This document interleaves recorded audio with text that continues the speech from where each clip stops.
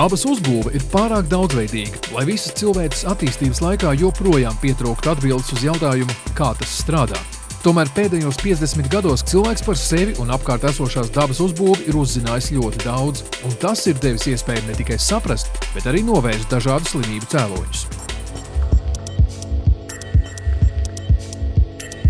DNS, jeb dezoksiribonukleīnskāve, ir viena no eksotiskākajām molekulām uz pasaules. Kopš 20. gadsimta vidus zinātnieki meklē dzīvības noslēpumus šajā garajā molekulā, kas atrodas katras mūsu šūnas kodolā, bet kur izritinot, tas sniegtos pieaugušam cilvēkam no galvas līdz papēžiem. Daudz viet pasaulē un arī Latvijā tiek veidotas gēnu datubāzes, lai meklētu sakarības starp cilvēku programmu un dažādām slimībām.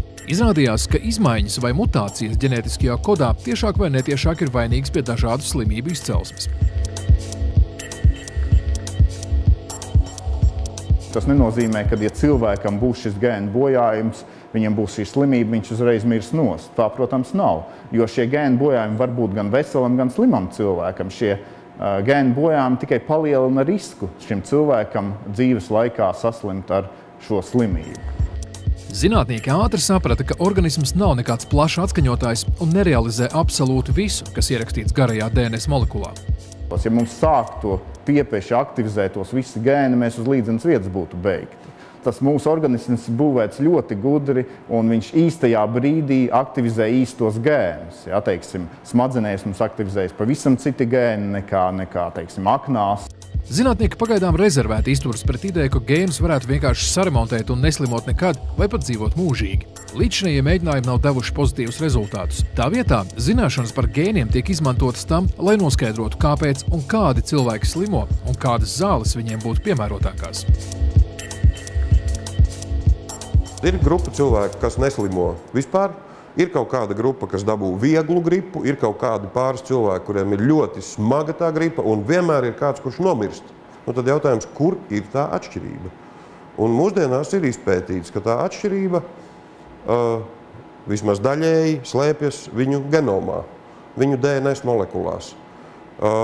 Ir cilvēki, kuriem darbojas vieni gēni, un ir cilvēki, kuriem darbojas atkal pavisam citi gēni. Tātad vieni ir izslēgti, citi ir ieslēgti. Lai gan tas gēnu komplekts visiem ir pilnīgi vienāds.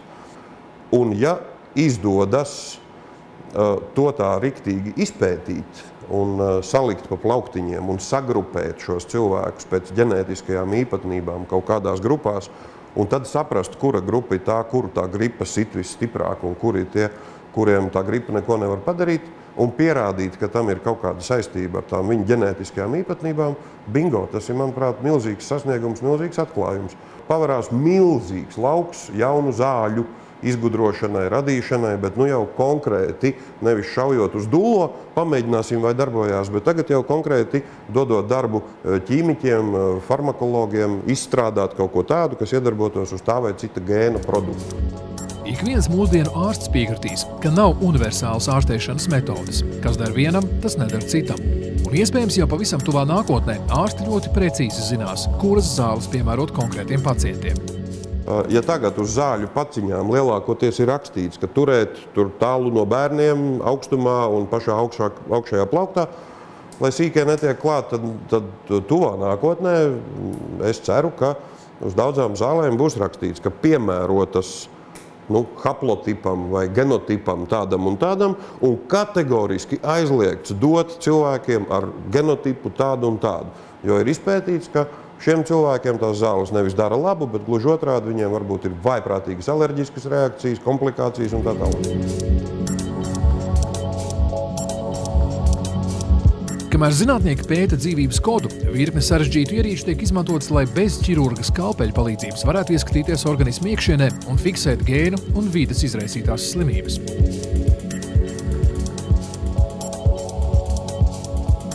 Rentgens joprojām ir visplašāk izmantotā metode. Standarta rentgena aparāts pamatā nav mainījies, taču tas ir ticis uzlabots, attēls vairs netiek veidots uz fotoplēves, bet saglabāts digitāli, un to iespējams apstrādāt un iegūt daudz vairāk informācijas. Stars iet cauri audiem, dažādu blīvumu, un attiecīgi uz nolasītāju, vai nu fosforu plats, vai uz digitālās sistēmas, veidojās attēls atkarībā no tā, cik liela blīvuma audiem ir gājis cauri šis stars. Ar šādu ierīci ir labi redzami kauli un citi blīvie audi, kā arī plaušas. Tomēr šī sistēma nav pietiekami laba, lai ielūkotos mīkstajos audos. Turklāt rentgena starojums, lai arī vājš, tomēr ir bīstams cilvēkam, tāpēc šādu izmeklējumu skaits gada laikā ir ierobežots.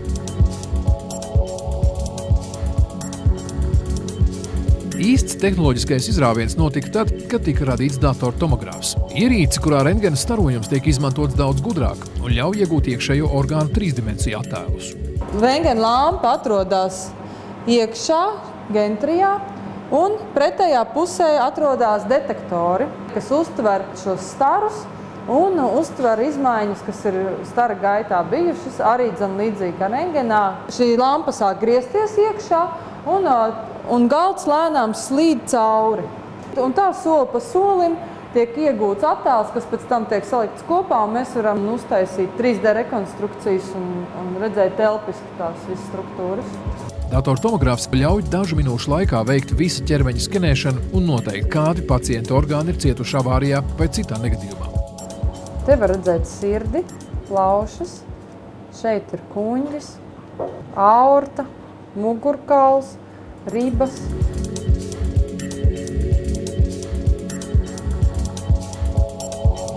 Ultrasonoskopa darbības pamatā ir ultraskaņa. Augstākas frekvences svārstības nekā spēj uztvert cilvēka auss. Var sacīt, ka ierīce klausās atbalsī, kas nāk no dažādiem orgāniem. Šajā zondē atrodas kristāli, kuri vibrējot rada skaņu, un tai pašā laikā šeit arī atrodas nolasīšanas sistēma, kas šo atbalsi uztver. Uz šādu principu radās attēls. Ultrasonoskops ir labi piemērots mīksto audu izpētei. Ārsts nevar redzēt orgānus, kas atrodas aiz kauliem, jo skaņa no tiem atstarojas.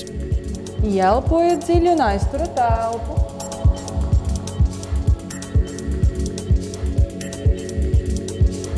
Kodola magnētiskā rezonanse ir viena no jaunākajām izmeklējuma metodēm. Tajā tiek izmantot elektronu īpašība mainīt savu stāvokli magnētiskajā laukā. Magnētiskā lauka ietekmē ūdeņraža elektronu virzieni tiek sagriezti, un pēc tam notiek šo elektronu relaksācija. Tā rezultātā speciāla aparatūra nolasa šo informāciju, kādā veidā notiek šis process, un apstrādājot šos datus, iegūst attēlu. Dažādos audos ir atšķirīgs ūdeņraža daudzums. Tamdēļ, izmantojot dažādus magnētiskā lauka režīmus, ierīce, līdzīgi kā datortomogrāfā, veido lielu daudzumu šķērsgriezuma attēlu, kurus arī iespējams apvienot 3 dimensijās. Lai arī veselībai nekaitīgi, tomēr ierīces magnēti ir tik spēcīgi, ka telpā nedrīkst atrasties neviens nenostiprināts metāla priekšmets. Citādi tas var traumēt pacientu vai aparatūru. Troksnis ir tik liels, ka pacientiem tiek uzliktas skaņu slāpējošas austiņas.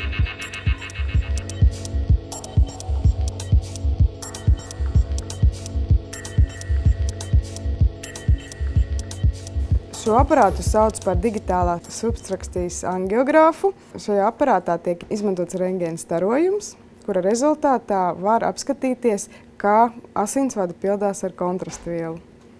Šeit ārsti var veikt gan asinsvadu slimību diagnostiku, gan ārstēšanu. Reālā laikā, ekrānos sev priekšā redzot asinsvadus, var, ja varētu tā teikt, aizceļot līdz slimajai vietai. Vispirms atrod, kurā vietā ir puls. Tas ir parasti to dara caur cirksni.